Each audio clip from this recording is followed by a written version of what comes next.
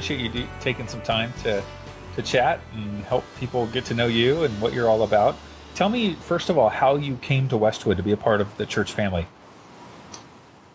Sure. It was a long, long time ago. Sure, sure. And we had two kids. I think my son was around 3, and my daughter had just been born.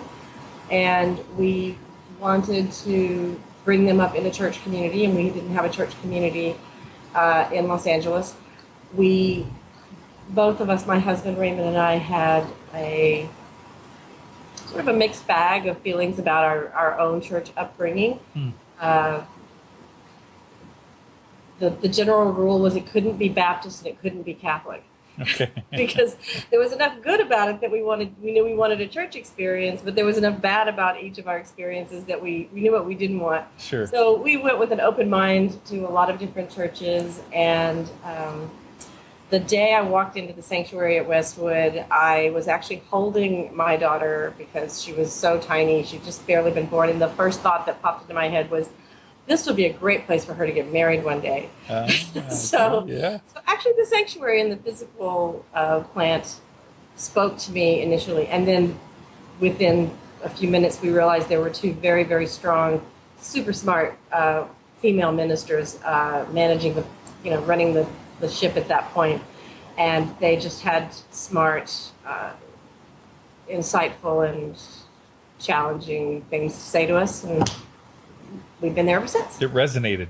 Yes, absolutely. So that was a couple of years ago. Yeah, that was a little while ago. I think, let's see, it was about 18, almost 18 years ago. Okay. Well, you started with 18. I thought, well, it can't be 18 something, 1895. No, it was 18. Goodness, come on now. Counting backwards for my son. Now, if you were to describe Westwood to someone who hasn't been there before, how would you describe the congregation and the experience?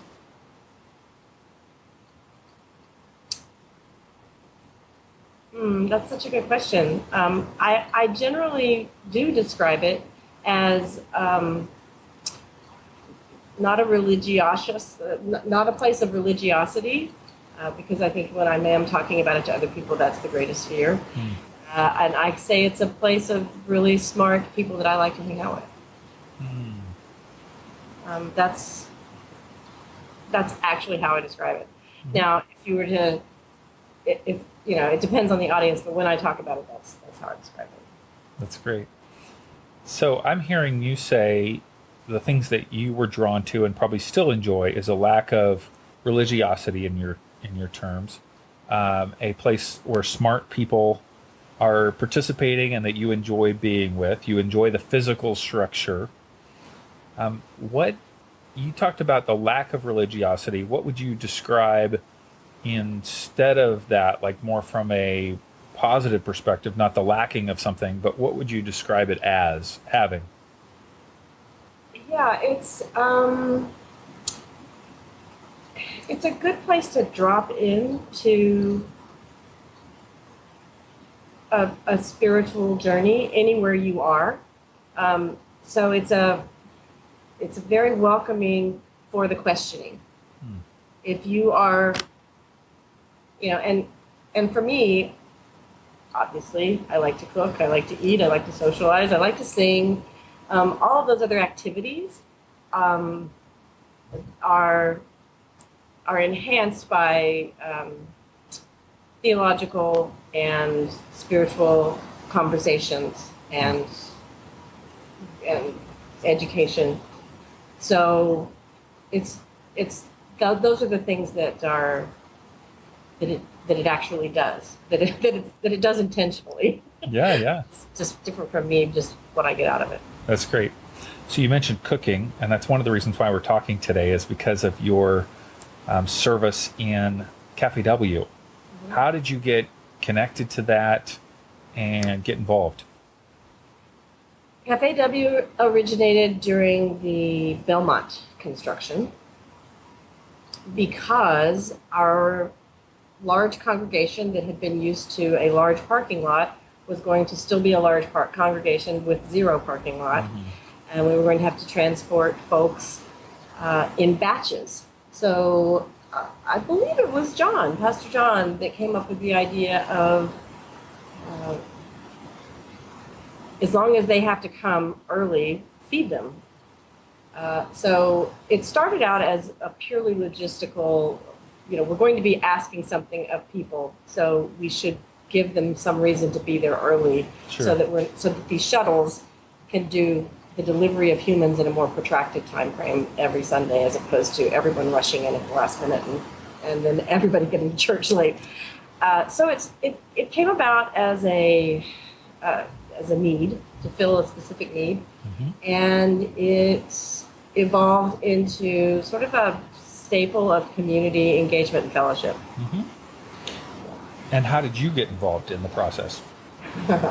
Well, there's a woman named Susan Wick who said, "I can do this, John," and she promptly recruited me and went away. Uh-oh. She taught me a lot about large scale catering kind of cooking, and then a lot of things came up in her life.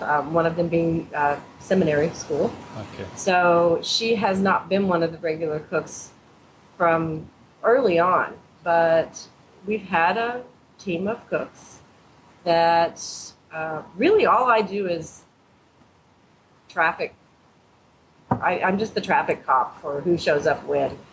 And about a year ago, we were at a crossroads where we were having some of our cooks, including myself, have extra commitments, and it was just getting really difficult to schedule cooks. And it went to the administration of the church, and they agreed that they wanted to commit to this as part of the budget. So we hired a single wonderful woman, Anna, who comes and runs the hot grill every morning, so that the downstairs cooks have shorter time commitment. They don't have to be there so early on Sunday mornings, and it's just a more manageable thing to schedule. So. And how many people participate in Cafe W and eat each Sunday morning? I'm sure it varies, but on average, do you have any idea? It does vary. We've anywhere from 20. Well, I mean, it can go very light, but now that we've got the loft and the main sanctuary starting at the same time, it's always been at least 20, and sometimes it's been as much as 40 and 50 people. I mean, it can be anywhere in that range. And so how do you know how much food to cook when you don't have reservations? People are just showing up. We don't. It's very dicey. We've gotten, Anna's actually gotten to be pretty good Pablo. Has a good sense of what attendance is going to be like, and he's the one who does the shopping. Okay.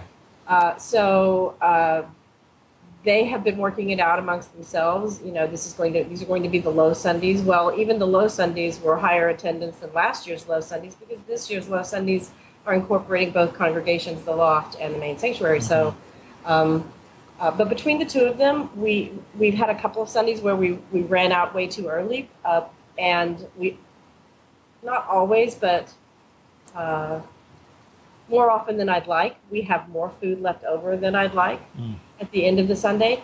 Lately, it's actually been about perfect. It's been running out after that last little rush when the choir finishes rehearsal. There's a little bit left for the choir to come in and and sometimes some really late, sleepy, groggy-looking youth will come in and just clean things out. We haven't had one of the really big Sundays where I feel like there's too much food left over in a while. So they gauge it. It's hard. Yeah. They just kind of know what the calendar's like. So I hear you saying you've got one person who does the primary cooking, and then you're directing traffic. So you're recruiting and scheduling other cooks to provide other support to that individual. Yes. Okay.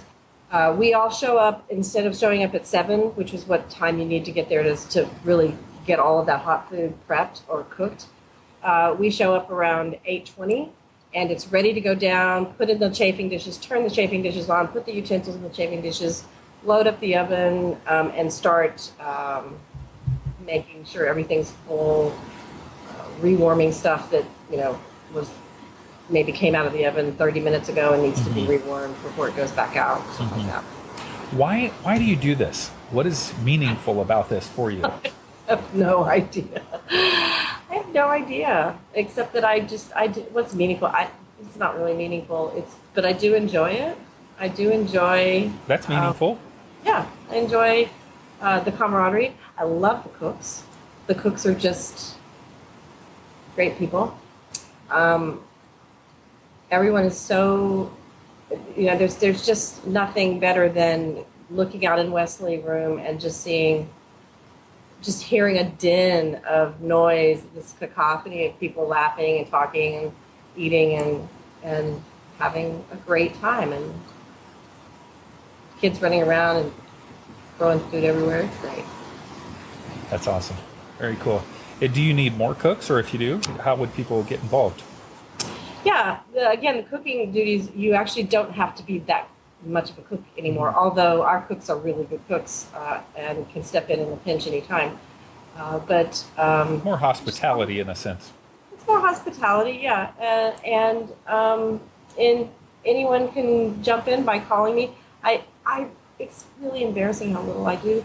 I now have all of the cooks on a Sign Up Genius, which is an automated volunteer website, and I just go in a few times a year and do an all call to the cooks for everybody to sign up, and then I'll make a couple of phone calls if I have gaps. I fill in a lot of the gaps. I'm fine with that, and it's really easy. But if they want to volunteer, again, it's that easy, and probably I'll put you on the sign up. That's great. Anything else you want to talk about in terms of Westwood or Cafe W? Anything that's on your heart or mind?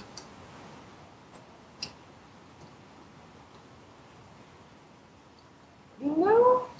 How about if somebody's thinking about getting involved at Westwood? They haven't quite jumped in yet. Any reasons why you would encourage them to do so? Sure. Westwood's a lot like LA in that it can be hard. I think a lot of times when people move here, you find a church community because you want to connect with people. But oddly enough, Westwood is just as difficult as LA is sometimes. It is a commuter church. You're often not going to church with people who live in your neighborhood or who it's easy to socialize with during the week.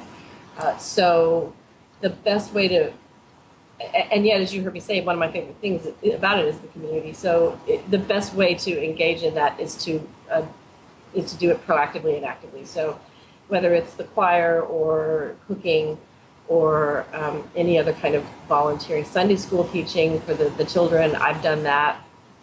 I did that for years, and I found that super rewarding. And in every pocket you engage in with other people in the church, they're all very different.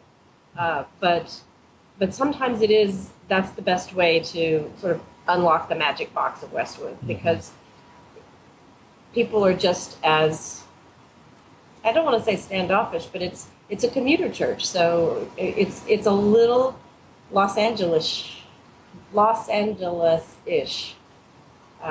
in that way. That you do have to, you can't be passive. If you're going there for a sense of community, you got to join a community.